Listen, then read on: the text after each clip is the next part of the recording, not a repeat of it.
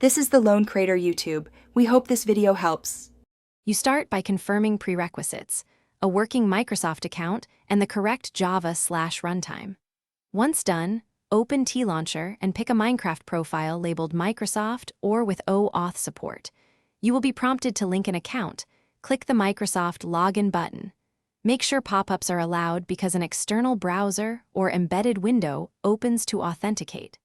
This step initiates a secure token exchange, so you must complete the browser sign-in for Tlauncher to receive the needed authorization code.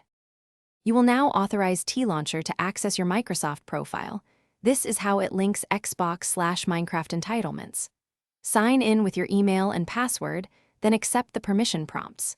If Microsoft provides a one-time code, copy it immediately and switch back to Tlauncher to paste it into the login field.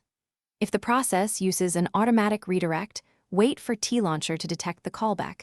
Do not close the window prematurely. This exchange grants a token so Tlauncher can validate and load your purchased game.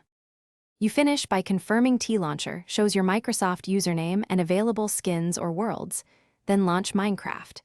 If it fails, first retry the login flow. Often a cleared cache or an incognito browser resolves stale tokens. Make sure system time is accurate and any VPN or proxy is disabled because Microsoft rejects mismatched requests.